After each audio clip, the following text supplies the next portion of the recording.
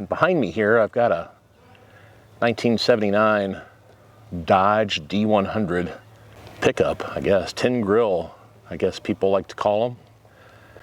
I fixed a nice guy's heater about 2 years ago almost, and noticed this in the corner of my eye as I was leaving his house. Didn't charge the guy anything. He was a disabled vet, didn't have a lot of money. Well, he said, "That's an old Dodge truck and you're welcome to it."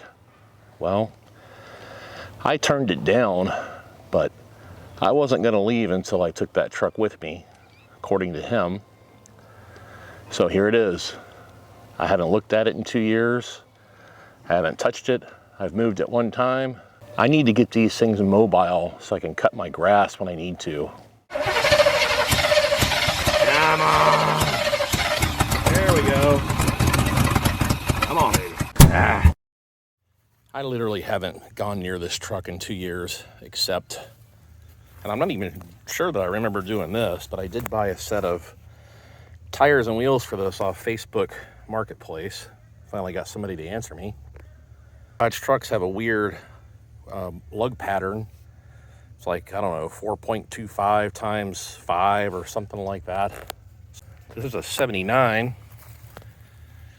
The primary thing I noticed about it was the grill's in pretty good shape. I've never had a Tin Grill Dodge truck before, and I don't know, the thing just looked like a pretty solid original truck. It's got some pretty good mirrors. In the background, you're going to hear all my neighbors. One of them's hooking up a boat. The other one's having some kind of fiesta. I don't think this truck was ever up north, but I think Dodge trucks were notorious for rusting some. So we've got some rot right here. I'd also always heard that these Dodge trucks had plastic fuel tanks that cracked. I think that's what happened with this truck. It may indeed be why it wasn't driven anymore. You can tell it's been sitting for a long time. Lots of mold. I think there's a little bit of rot on top of the cab. Get a better view on the other side. The dash looks cracked. I'm not sure. Have to get a closer look. A little rot here in the top of the door. The tailgate was missing when I got it. And here's the tires and wheels that were on it when I got it. None of them would hold air. One of them was completely off the rim, obviously. Got a couple extra door panels in the back. Okay, there's the notorious broken taillight. I think half the cars I get anymore have a broken taillight. This broken taillight seems to be concurrent with this big gaping dent, swoopy dent down in here. We got some landscaping growing back here. Well, it's dead now, but I remember when that was firmly rooted in there when I got the truck.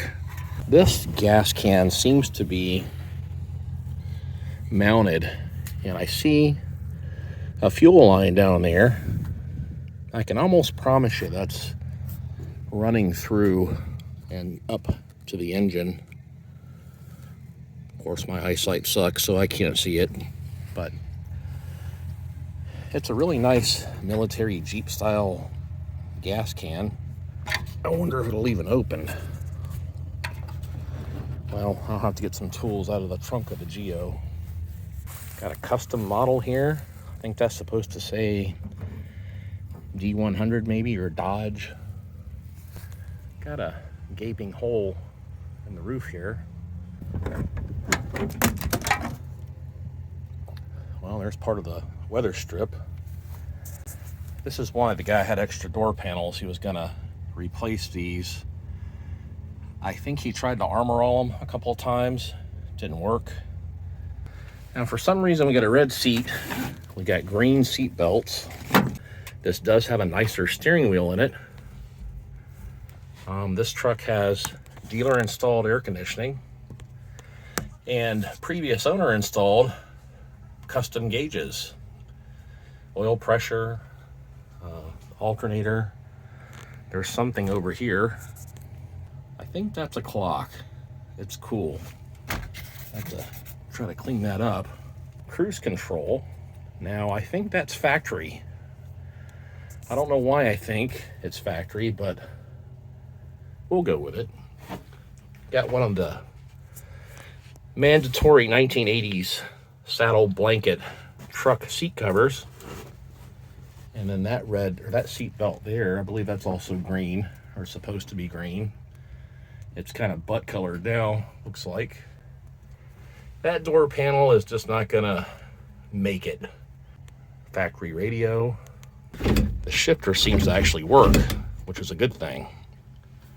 Factory key, it seems to work. We're gonna make sure we leave that off so I don't burn the truck down when I connect the battery.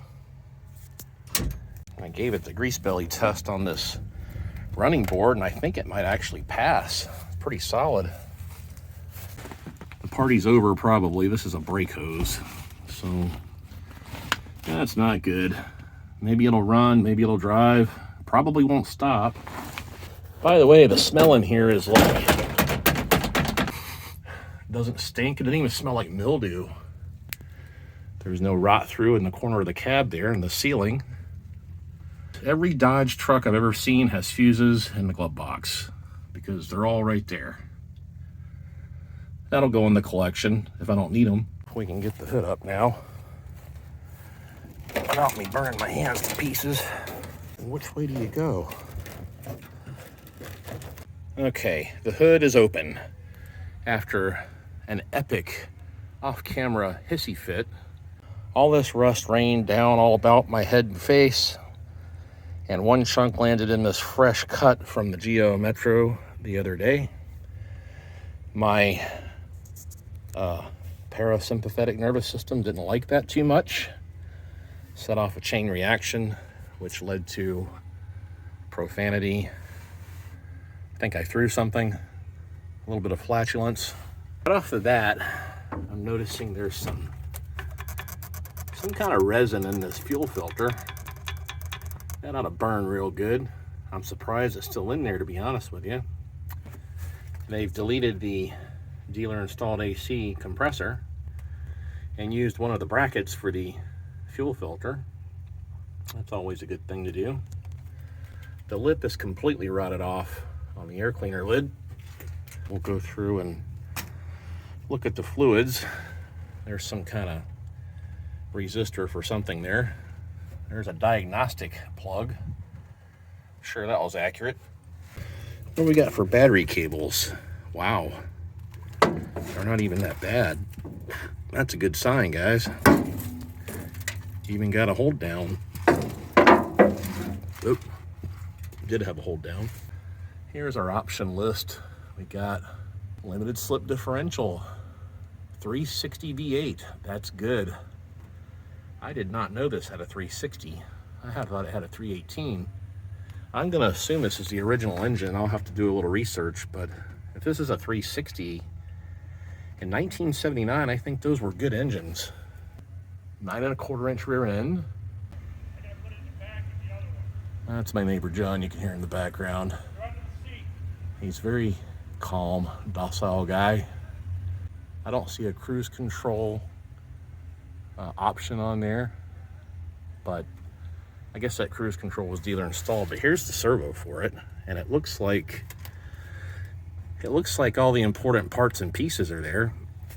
Speaking of which, it has a fully intact coolant tank, which is really unusual. It's empty. That's not as unusual.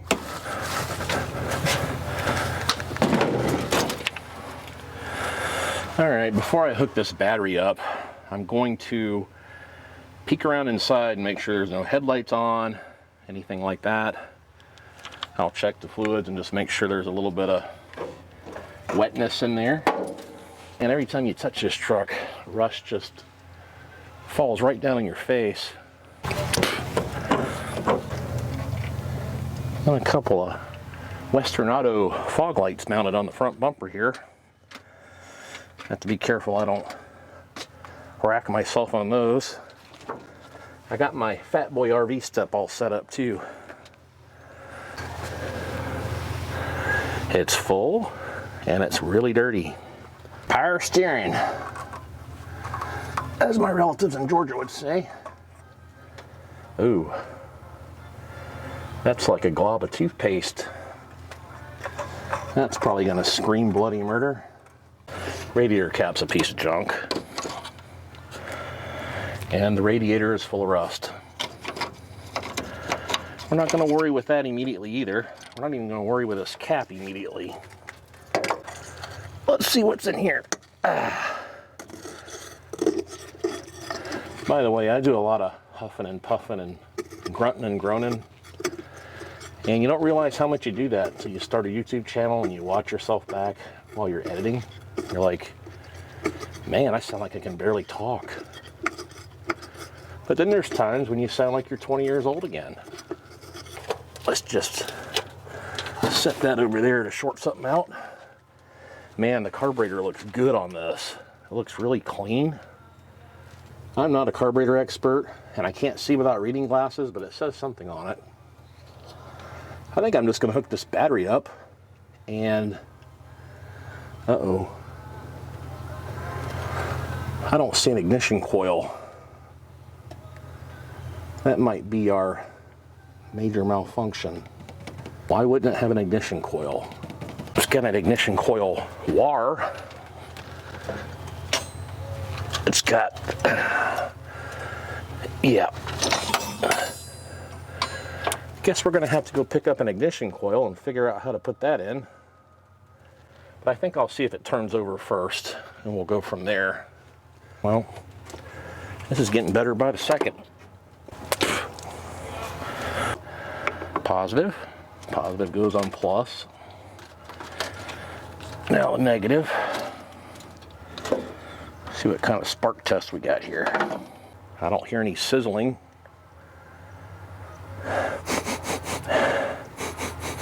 Why doesn't it have an ignition coil? All right, contact.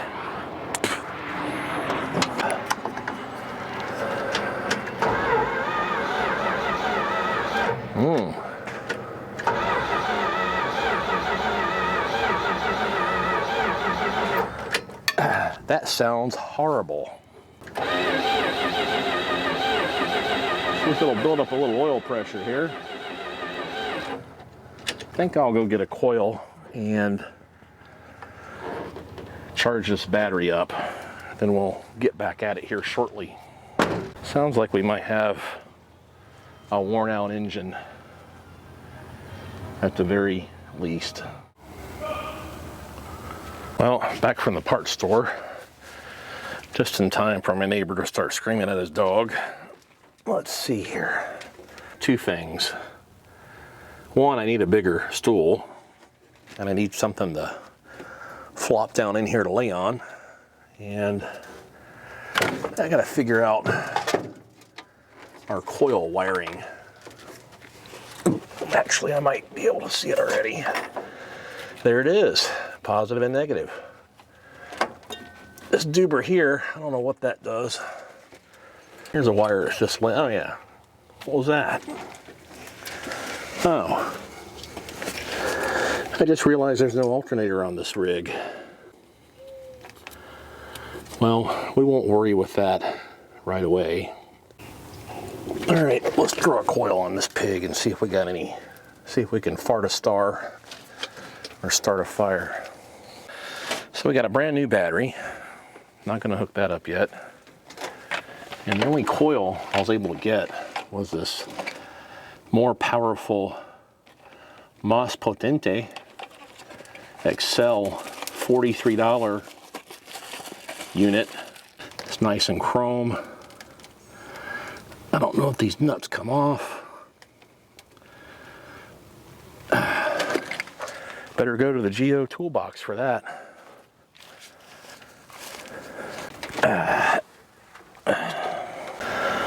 Sometimes people hear the name of my YouTube channel and they ask me, where did you come up with the name Grease Belly Garage?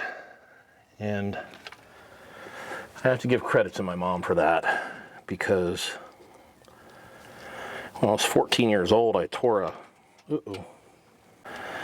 apart a 1967 Ford Mustang and didn't know how to put it back together. Walked into the house one day and my mom said, "Jason, look at you. You got grease all over your belly." So there you go. That's how it started.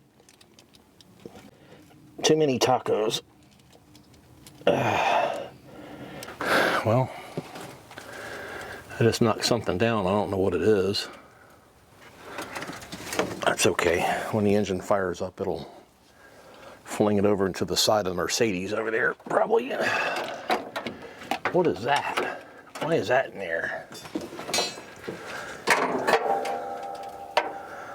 Oh, that's a piece of chicken wire. There's the original lug wrench. That's good.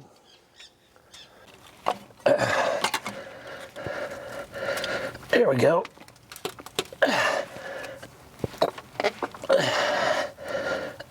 The extra grunting means you're really putting forth some really valiant effort here.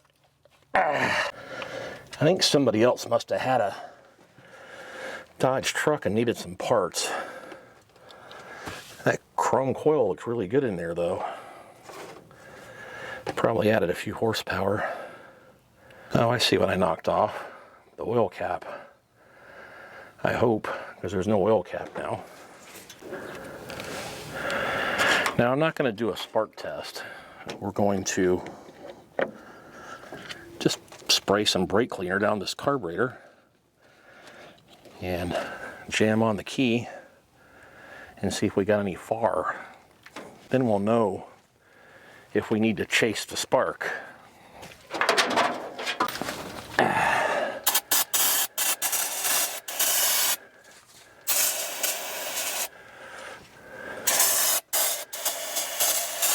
Okay. Fire in the hole.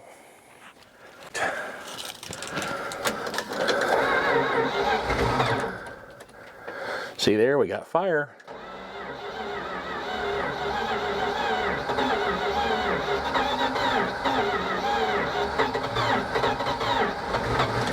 There we go. Really? Wow. What in the world's on the floor? Oh, it's the gas pedal.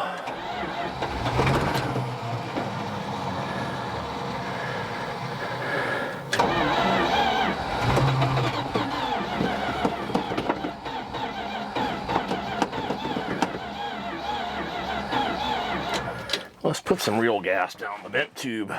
See how that works.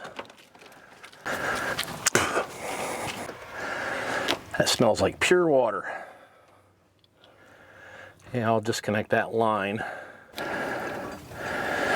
I think what we'll do is just let this pump out onto the environmentally friendly drain pan I have on the ground. Or let it get wadded up in the cooling fan. That's always an option. All right. Right down the yapper. Oops, I filled up the whole horn.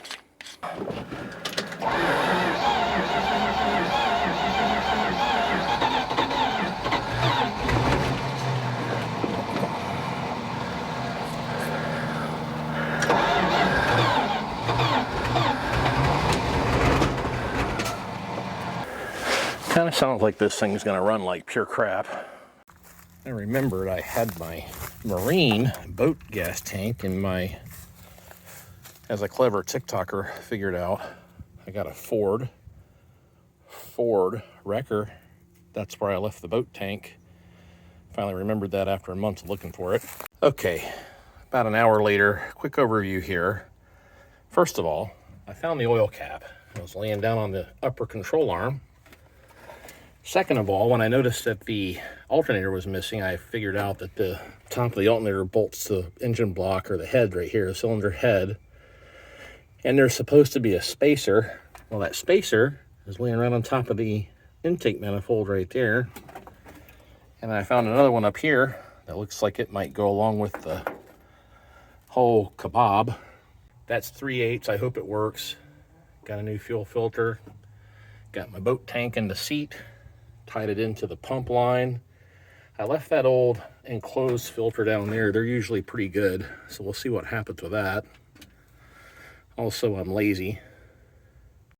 When you're heavy laying on top of the radiator supports like this, I had just eaten before when I got back here, laid down on top of that for a while, reaching things on the carburetor and that coil. Pushed on the belly, so I went over there by the fence, threw up. Neighbor's dog started eating it, so then I went waddling over here and threw up over here behind the Chrysler. So I'm better now. All right, I got some fuel primed into there, and we should be getting down to the pump. I'm gonna hook the battery back up and try to start it again and see if we can't get this thing to idle. Give it another little prime job there. Well, I guess I better hook the cable up. There we go. All right, fire in the hole again.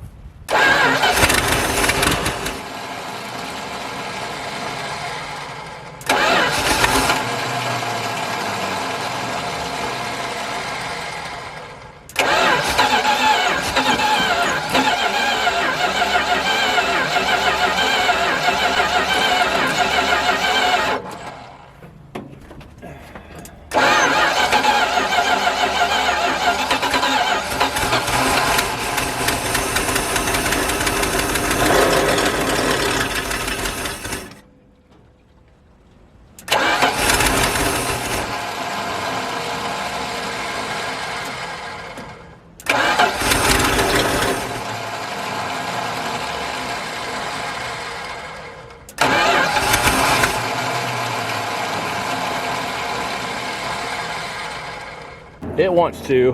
I think it's working through some of that gas, water, water, gas combo. Keep massaging this float a couple times to see how that goes.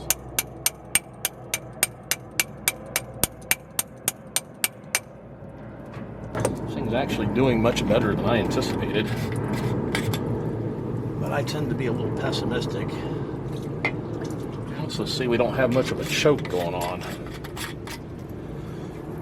Let's see if I can set the choke. That might help us a little bit. Well, I hear something dribbling or draining.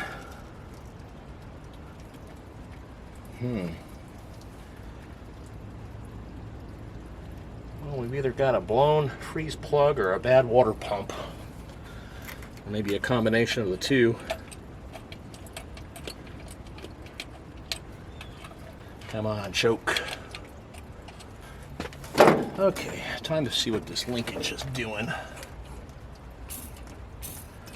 Oh yeah, we got accelerator pump. That means the needle's probably not stuck, so we probably just have a big choke problem. Because more fuel will make it run. Maybe this choke pull off or whatever is not working correctly. Yeah, because that won't get off of there. There we go. Let's just do that. Still won't go back all the way. There we go. Okay. Now it's all the way back. We'll do this like this. There we go. Now we got a choke.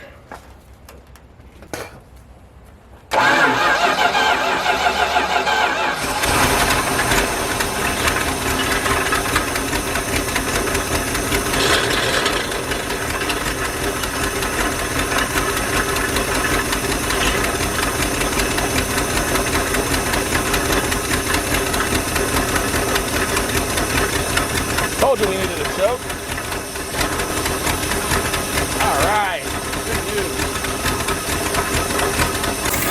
Alright guys, it's alive. What's going on here? We got a dead water pump for sure. Got no choke, gotta fix all that. We're choked right now, but I'm afraid to give it any gas at the moment. Let it warm up a little bit more. That loud noise is definitely the water pump bearings are just gone. Got a definite exhaust leak. I can't tell how many cylinders it's running on at the moment, but we got an idle. I don't know if we got any coolant, so I'm not going to run it too long. Sounds pretty good out of the back. Oh, got a little bit of smoke. We got, let's see, power steering works really good. That's good. Got good oil pressure. Horrible amps. There we go.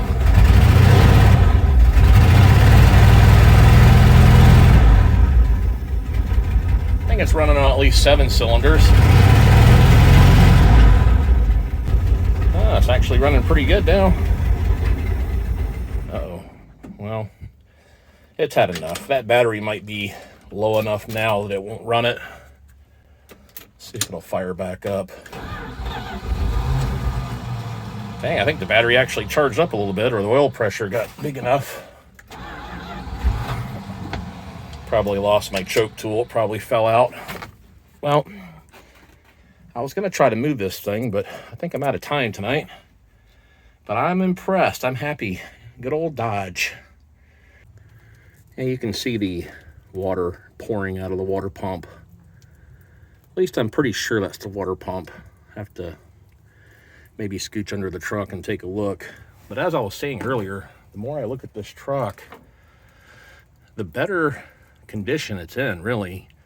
I mean, not a lot of things work on it, but it's a pretty solid cab. The fenders are all good in the front, other than those few areas in the bed, in the wheel lips of the bed sides and the top of the cab. Oh, there was a major rust hole in the driver's floor. I forgot to mention that. Okay, I'm just gonna fire it back up quick and see if it'll go into gear. That'll be the determining factor for me on this, I believe. Got a big hole right there at my heel. Found that out when I put too much pressure on it. All right. Come on, baby. Oh, a little backfire.